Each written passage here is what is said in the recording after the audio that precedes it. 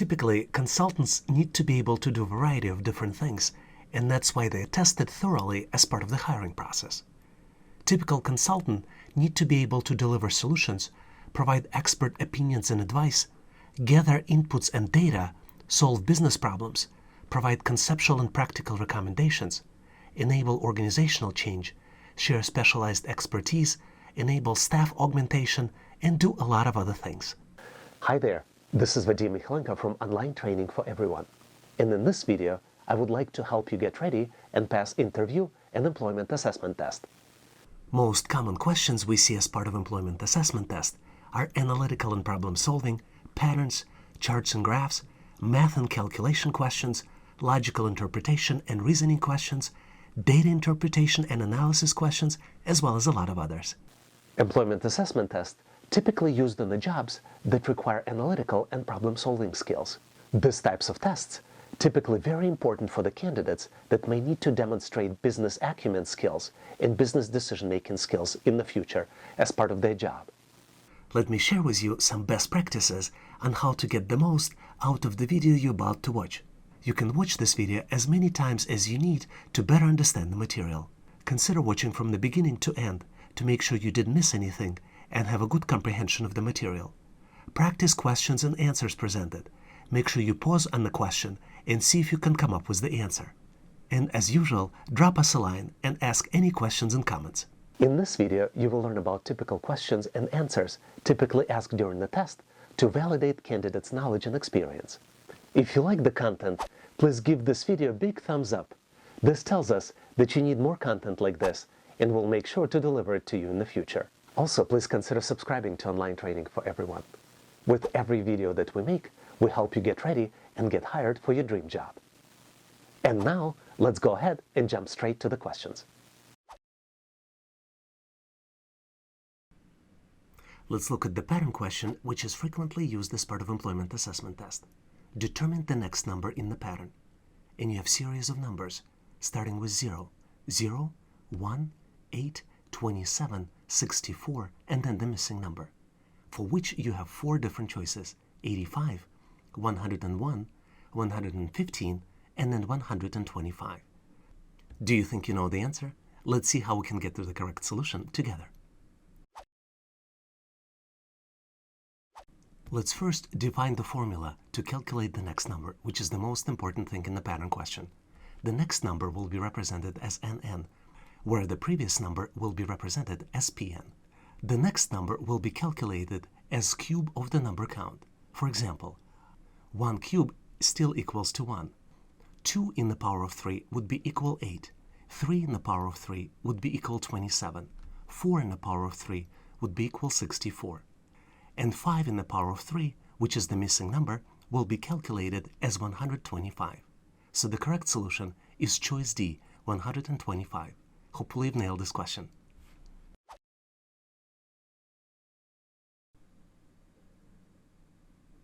Let's look at the tricky question, which requires common sense and analytics to get solved. The box has 15 marbles of green, yellow, and orange color. There are 7 times more of green marbles than yellow. How many orange marbles does the box have? And you have 4 different choices. Choice A, 5. Choice B, 7. Choice C, 8. And choice D, 9. Do you think you know the answer? Let's see how we can get to the answer together. To solve this challenge, you need to make some assumptions. And the big assumption that we're going to be making is that the box can have more than 1 of yellow marbles. Because if box is to have 2, then there would be 14 of the green, which wouldn't leave any room for the orange marbles. So if there is only 1 yellow marble, then there are 7 green marbles, because there are 7 times more green marbles than yellow. And the number of orange marbles then calculated is 15, which is the total number of marbles, minus 1 yellow marble, minus 7 green marbles, would be equal 7 orange marbles. 7 orange plus 7 green plus 1 yellow would be total 15. So the correct answer here is choice B, 7. Hopefully you've got this question and understand how to solve these types of problems on the test.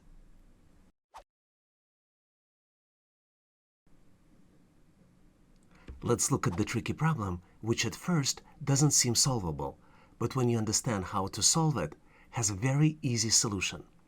First and second bookshelves together have 80 books. First and third bookshelves together have 60 books. Second and third bookshelves together have 40 books.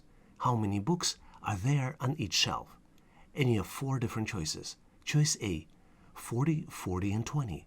Choice B, 50, 30, and 10. Choice C, 30, 50, and 10. And choice D, 55, 25, and 15. Do you think you know the answer?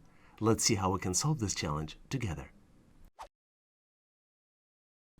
The key to solving this challenge is the fact that all bookshelves are mentioned here twice.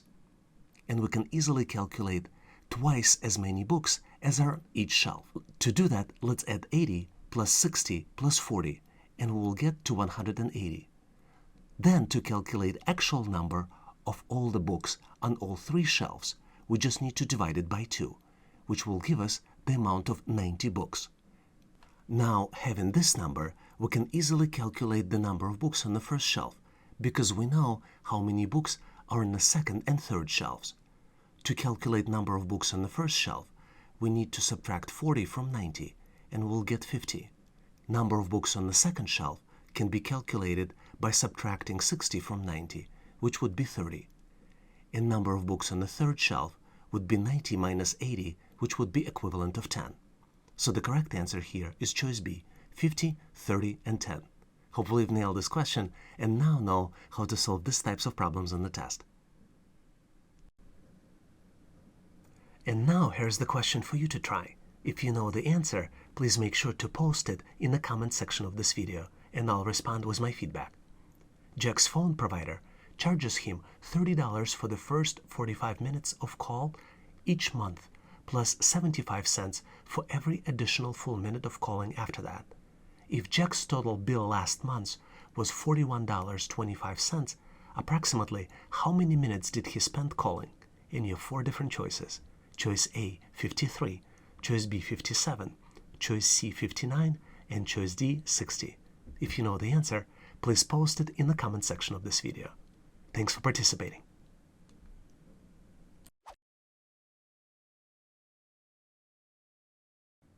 Let's take a look at the pattern question, which is frequently used as part of employment assessment test.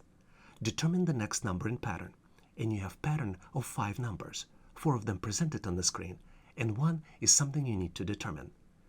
1, 4, 9, 16. Do you know what the next number in this pattern might be? You have 4 different choices. Choice A, 21, choice B, 23, choice C, 25, and choice D, 26. Let's see how we can get to the correct answer together. To answer the pattern question, you need to determine the formula. In our case, the formula is the number in the pattern squared. So for example, 1 squared is 1, 2 squared is 4, 3 squared is 9, 4 squared is 16, and the next number in pattern would be 5. 5 squared would be 25. So the correct answer here is choice C. Let's recap. The best way to answer pattern questions is to identify the pattern first, and in our case, the pattern could be represented by the formula that the number is counted by number count squared. So calculating the next number is represented right here. 1 squared is 1, 2 squared is 4, 3 squared is 9, 4 squared is 16, and 5 squared is 25. So the correct answer is choice C, 25.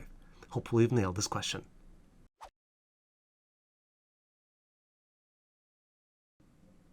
Let's look at the simple pattern question you might frequently see as part of employment assessment test. Fill in the blanks to complete the pattern. You have series of numbers 2, 5, 8, 11, and then the missing number. And you have 4 different choices. Choice A, 12, choice B, 13, choice C, 14, and choice D, 15. Do you think you know the answer? Let's see how we can get to the correct solution together. This pattern is rather simple. The next number is determined as previous number plus 3. So to calculate next number, you have 2 plus 3 equals 5, 5 plus 3, 8, 8 plus 3, 11, and the last number would be 11 plus 3, 14. So the correct choice here is choice B, 14. Hopefully you've nailed this question. And now here's the question for you to try. If you know the answer, please make sure to post it in the comment section of this video. Determine the next number in this sequence: 11, 19, 16, 19, 21, 19. So what is the next number? Choice A, 24. Choice B, 26. Choice C, 37. Choice D, 42. If you know the answer, please make sure to post it in the comments and I'll give you my feedback. Thank you for participating.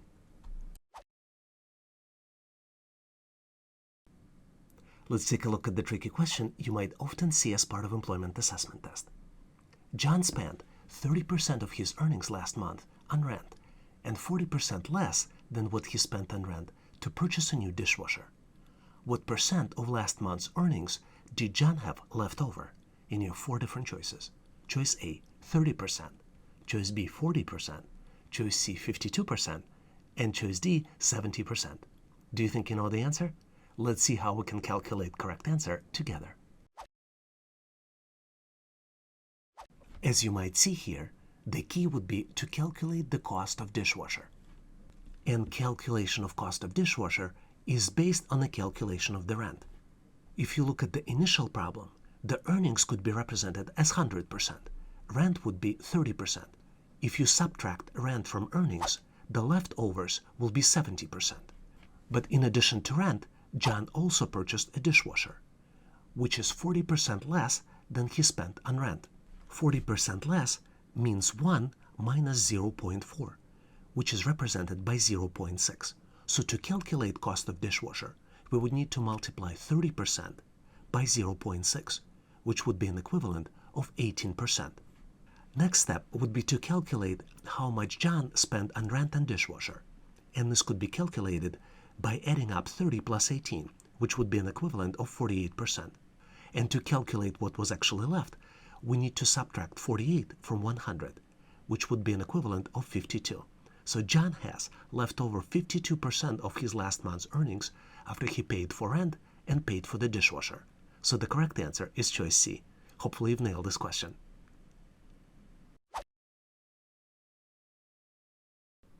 A lot of times you might get a question in the test which validates your knowledge of logical reasoning. We're looking at a sample of this type of question. Which conclusion follows from the statements below with an absolute certainty? None of the stamp collectors are engineers, that's statement 1, and statement 2, all the runners are stamp collectors. And there are 4 possible choices. All stamp collectors are engineers. No stamp collectors are runners. Some runners are engineers. And engineers are not runners. Do you think you know the answer? Let's see if we can get to the correct answer together. There are 3 groups of people referenced in the statements: runners, stamp collectors, and engineers. The best way to answer this question is to draw a circle for each one of the logical groups.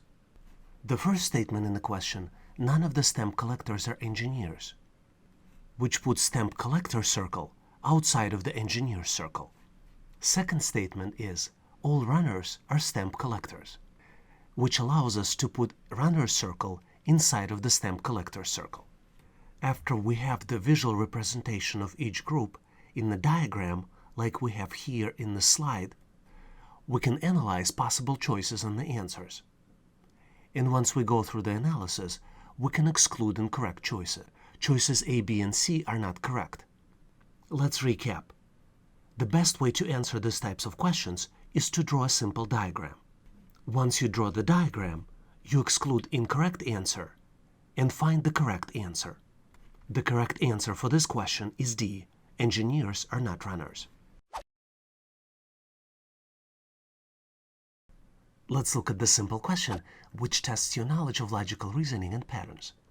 Bob is using a new set of golf clubs. With an 8-iron club, the ball travels an average distance of 100 yards. With a 7-iron, 108 yards.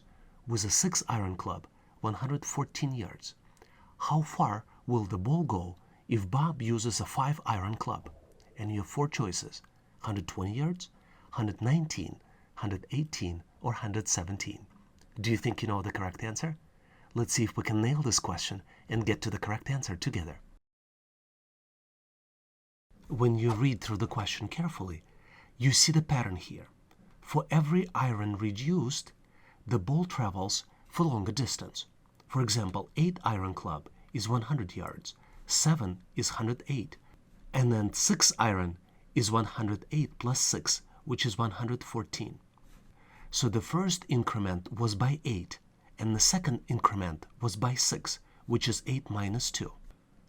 So we can reasonably conclude that with each club with a lower number, the ball travels farther by the distance between the number of the previous 2 clubs minus 2 yards. So the next value would be 114 minus 108, which is 6, minus 2, which is 4 yards, and 114 plus 4 is equals 118. So the correct answer is C, 118 yards. Hopefully you've nailed this question. Can I ask you to do me a favor? If you know somebody who is looking for the job and will benefit from this video, can you please share this video with them? This is going to help them to get ready for the job interview and assessment test and help them get hired for their dream job. I really appreciate it. Thank you. And now let's continue and get you ready for the job interview and assessment test.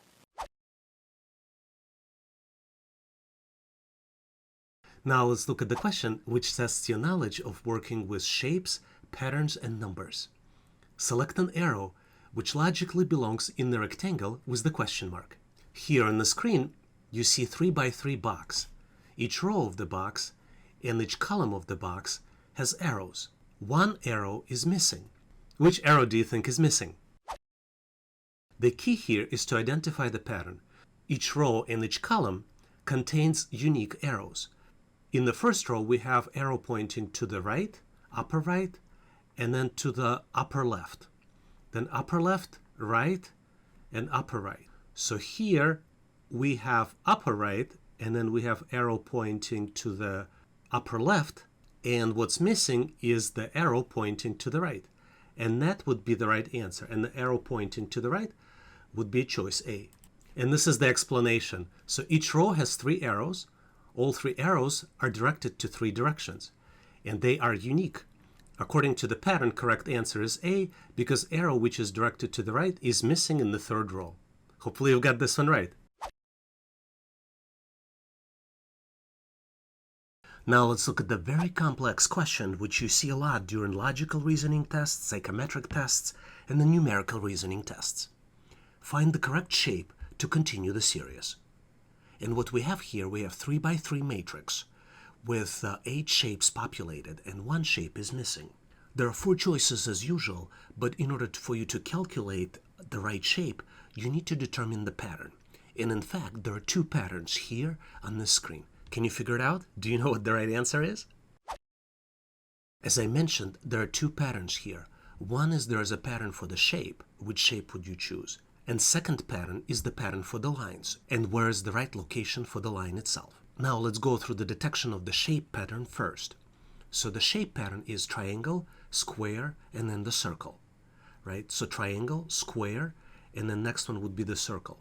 So we have a circle, that's the right value here, but all of this are the circles. So this was helpful, but not by much. But it just tells us that we are detecting the first pattern. And here, if you want to confirm, we have square, circle, and then triangle. Now, the most important part here is to determine on which side of the shape the lines should be located.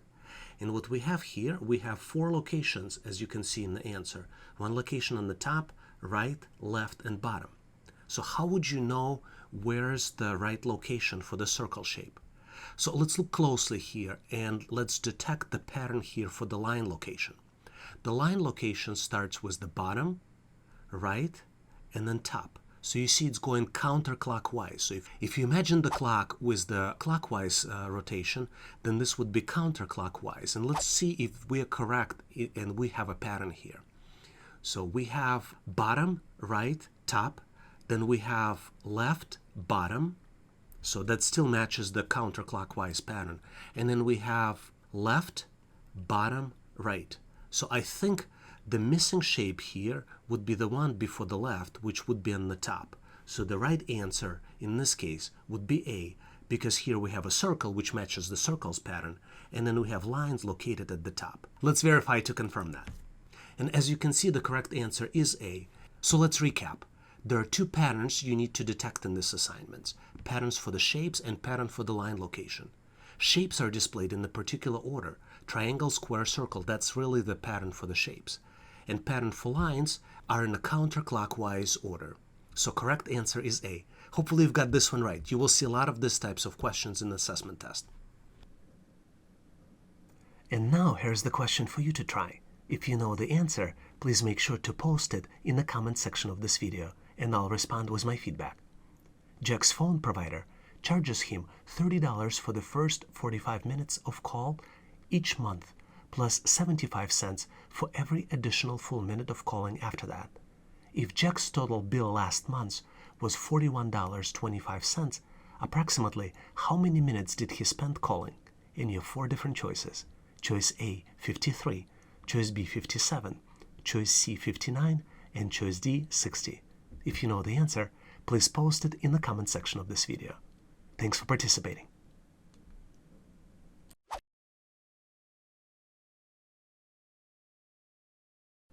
A lot of times, number sequences are used to test candidates' abilities on the test.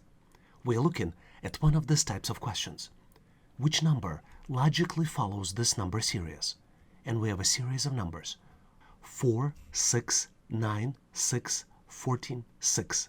And we need to determine the next number. We have 4 choices: choice A, 6, choice B, 17, choice C, 19, and choice D, 21. Do you think you know the answer? Let's see if we can get to the correct answer together. The best way to answer these types of questions on the test is to determine the pattern. You see that there are 2 patterns. One is pattern of number 6, which is in between of every other number. So we have 4, 6, 9, 6 again, 14, 6 again. And once we determine this pattern, we see that the pattern of numbers in between 6s is increasing by 5. So we have 4 increasing by 5, which leads to 9, 9 increasing by 5, which leads to 14. So to determine the next number in the pattern, we need to increase 14 by 5, which would be 19. So the correct choice here is C. Let's recap. The numbers in between 6s increase by 5, while the 6s remain constant. The correct answer is choice C, which is 19. Hopefully you've nailed this question. A lot of times you might get a question on a test which validates your knowledge of meanings of English words. We're looking at the sample of this type of question. Which answer expresses the meaning of the word reassuring best? And we have 4 choices: compassionate, comforting, explanatory, and meddlesome. Do you think you know the answer? To answer this question, it helps to understand the meaning of the word reassure. And reassure typically means removing doubts or fears for someone. Considering this, reassuring does not mean showing compassion, explaining something, meddling in his or her affairs. So the correct answer to this question is choice B, comforting. Let's recap. To answer this question correctly, you need to understand the meaning of the source word. And in the second step, exclude words that do not match the meaning of the source word. The correct answer here is choice B, comforting, which is very similar to meaning of the word reassure. Hopefully you've nailed this question. And if you're looking for more practice exercises with similar questions, please make sure to check out my ebook in the description of this video. A lot of people are interested in asking me, how can I help others? One of the ways you can help is by sharing the latest questions you see on the interview and assessment test. Please share the questions you've encountered as part of the test in the comment section of this video. And now let's continue and get you ready for the test. Let's look at the tricky question you might frequently see as part of employment assessment test. Determine the missing number in the pattern. You have 4 numbers presented, and you need to determine number 5. The numbers you have presented are 1, 8, 22, 50, and you need to determine the next number out of 4 possible choices. Choice A, 96. Choice B, 106. Choice C, 116. And choice D, 126. Do you think you know the answer? Let's see how we can get to the correct solution together. As you might be well aware, behind any pattern number there is a formula. For the next number, we will use NN in the formula, and for the previous numbers, we will use shortcut PN. So next number in the formula would be previous number plus 6 plus previous number again, which means that the next number in the formula could be represented previous number multiplied by 2 plus 6. So let's calculate the following numbers. 1 plus 6 plus 1 equals 8. And this is how number 8 was calculated. 8 plus 8 equals 16, plus 6 would be 22. 22 plus 22 equals 44, and plus 6 would be 50. So the next number in the pattern would be 2 multiplied by 50, which would be 100 plus 6, which would be an equivalent of 106. So the correct answer is B. Hopefully you've nailed this question. And now I would like you to try a question which tests your knowledge in patterns. If you know the answer, please make sure to post it in the comment section of this video and I'll provide you with my feedback. Determine the next number in pattern. And you have series of numbers 2, 4, 12, 48, 240, and you need to determine the next number out of 4 possible choices. Choice A, 1200. Choice B, 1250. Choice C, 1360. And choice D, 1440. Do you think you know the answer? Please post it in the comment section of this video and I'll provide you with my feedback.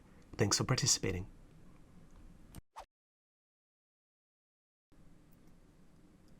Let's look at the tricky question which confused a lot of applicants on the test. If a train in motion increases its speed by 30% and then increases the speed by 10%, what percent of the original speed is the total increase in speed? And you have 4 possible choices. Choice A, 10%. Choice B, 40%. Choice C, 43%. And choice D, 140%. Do you think you know the answer? Let's see how we can solve this challenge together. To solve this problem, you need to calculate based on the original speed. If the original speed is 1, then the initial increase in speed would be 1 multiplied by 30%, which is an equivalent of multiplying by 1.3, which would be 1.3. The total increase in speed then would be 1.3, which is the speed after first increase, multiplied by 1.1, which is an increase by 10%, which would be an equivalent of 1.43. So the correct answer is choice C, 43%. Hopefully you've nailed this question and now know how to answer similar questions in the test.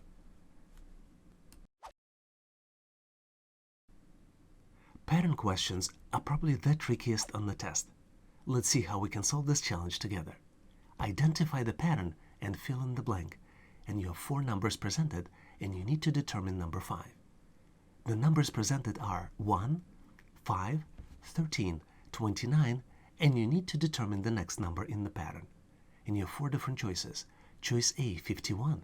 Choice B, 61. Choice C, 73. And choice D, 83. Do you think you know the answer? Let's see how we can solve this challenge together. To answer the pattern question, we need to identify the formula. In our formula, next number will be represented as an N symbol, previous number will be represented as PN symbol, and the number count, which is number in pattern, will be represented as such. So the formula for next number will be previous number plus 2 in the power of number count. So for example, the first number is 1. 1 in the 2 power of 2, and 2 is the next number in pattern, would be 1 plus 4 equals 5. 5 plus 2 in the power of 3 would be 5 plus 8, which is an equivalent of 13. 13 plus 2 in power of 4 would be an equivalent of 13 plus 16, which would be a 29. And the final number in pattern would be 29 plus 2 in the power of 5, which would be 29 plus 32, equals 61. So the correct answer here is B, 61. Hopefully you've nailed this question and now know how to answer similar questions in the test. And now I would like you to try a question which tests your knowledge in patterns.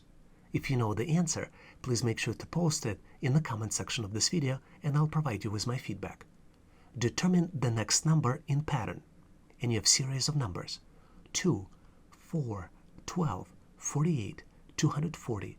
And you need to determine the next number out of 4 possible choices. Choice A, 1200. Choice B, 1250. Choice C, 1360. And choice D, 1440. Do you think you know the answer? Please post it in the comment section of this video and I'll provide you with my feedback. Thanks for participating.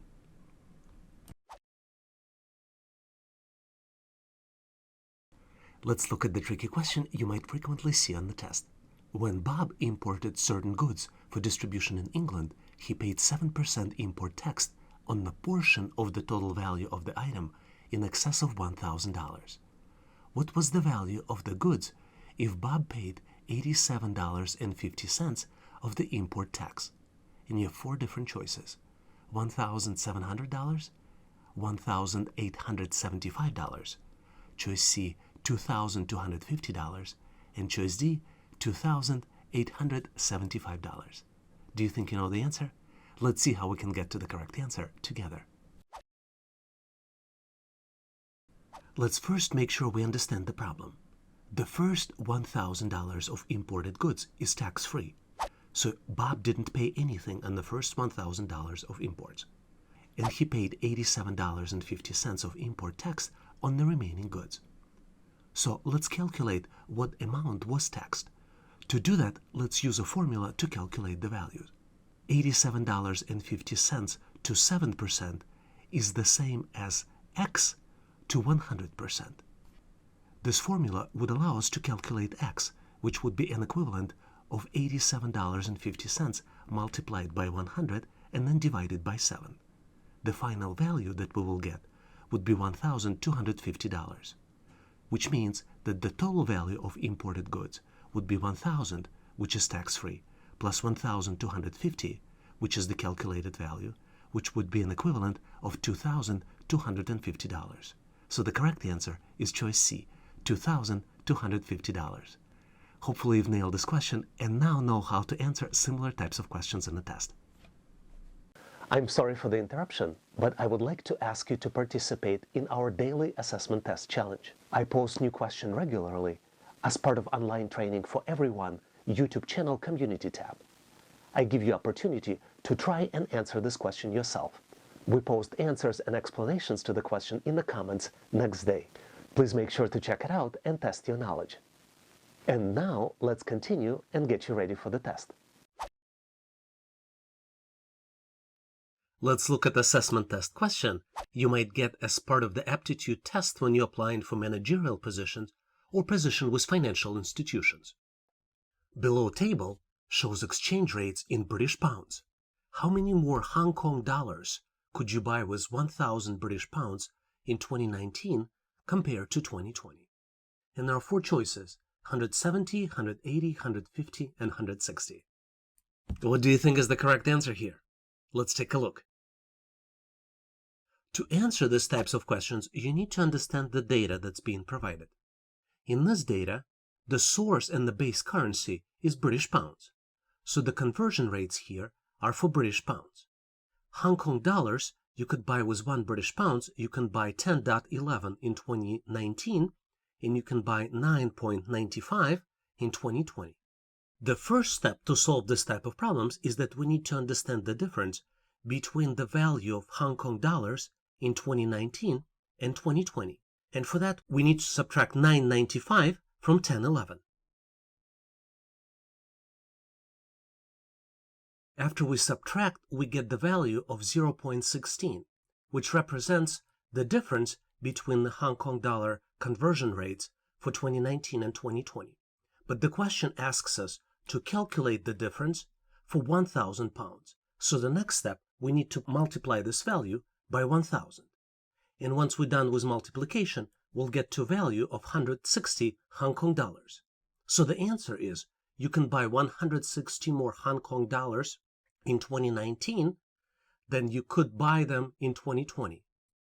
Let's look at the alternative way to do it. You can calculate the total cost of buying Hong Kong dollars in 2019 by multiplying 1,000 by 1011 and then calculate the same value for 2020 when you multiply 1,000 by 995. And then you calculate the difference, which would be an equivalent of 160 Hong Kong dollars. Hopefully you've got this one right. Thanks for watching. I encourage you to check out our daily question challenge in the community section of this channel. I also recommend that you check downloads in the description section of this video. Please also check out resources page on our website, howtoanalyzedata.net/resources. If you like the content, please give this video a big thumbs up. This tells us that you need more content like this. I would encourage you to share this video with other people that might be looking for the job. This will help them to get prepared and pass assessment test faster. Please consider subscribing and following this channel. We have a community of great people helping each other to get ready and pass the test. Please leave questions, comments, or suggestions in the comment section of this video. And all the best on your interview and assessment test. Thanks for watching.